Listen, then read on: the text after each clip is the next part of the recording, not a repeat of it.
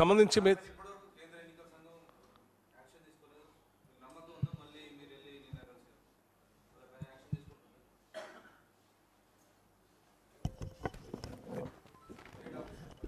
ఇప్పుడు ప్రాసెస్లో ఉన్న అథారిటీకే మనం ఫిర్యాదు చేయాలి.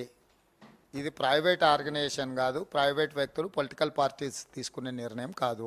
ఎన్నికల అధికారులకు ఫిర్యాదు చేయడం, ఫిర్యాదును వాళ్ళు సరైన విధంగా పరిష్కరించకపోతే కోర్టుకు వెళ్ళడం అనేది రెండు అంశాలు ఉన్నాయి.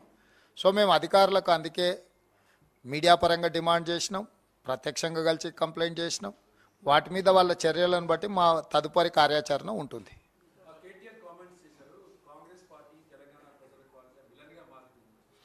ఇప్పుడు నేను అనేది ఏంటంటే చార్లెస్ శోభరాజ్, బిల్లా రంగాలు, దావుద్ ఇబ్రాహింలు ఎప్పుడైనా వాళ్ళ నేరాన్ని ఒప్పుకున్నారా? మా అంత దేశభక్తులు లేరు, మా అంత జాతి కోసం అంకితమైన వాళ్ళు లేరని చెప్పిండ్రు. కేటీఆర్ కూడా ఆ కోవకు చెందినోడే కదా.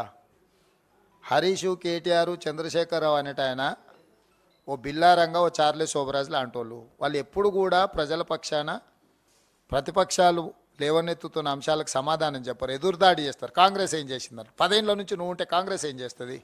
కాంగ్రెస్ డిమాండ్ చేస్తుంది, కాంగ్రెస్ డిమాండ్ చేస్తుంది. పాలకపక్షం నిర్ణయాలు తీసుకోవాలి, పరిపాలన చేయాలి, ప్రతిపక్షాలు సలహాలు సూచనలు ఇవ్వాలి, అవసరమైతే నిరసనలు, ధర్నాలు, రాస్తారోకోలు బందులు చేయాలి.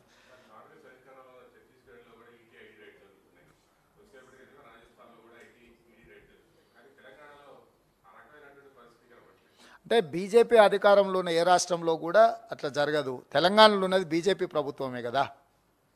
సో ఎప్పుడు కూడా బీజేపీ ఎన్నికలకు వచ్చేకంటే ముందు కాంగ్రెస్ పార్టీ ఎన్నికల కార్యాచరణ మొదలైన తర్వాత ఫ్రంటల్ ఆర్గనైజేషన్ మేము ఫస్ట్ పంపిస్తాం. అక్కడ ఎన్నికల వాతావరణాన్ని, కార్యకర్తలను సమన్వయం చేయడానికి. అంటే ఎన్ఎస్యుఐ, యూత్ కాంగ్రెస్, మహిళా Congress, SC department, ST department, వీటన్నిటిని కూడా ఎన్నికల కార్యాచరణ కోసం ఫస్ట్ రాష్ట్రాలకు మేము పంపిస్తాం. మా ఫ్రంటల్ ఆర్గనైజేషన్స్ అవన్నీ. BJP frontal organisations ED, income tax, CBI ఇవి.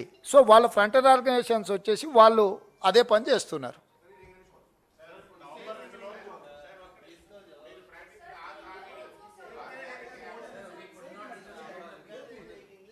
సార్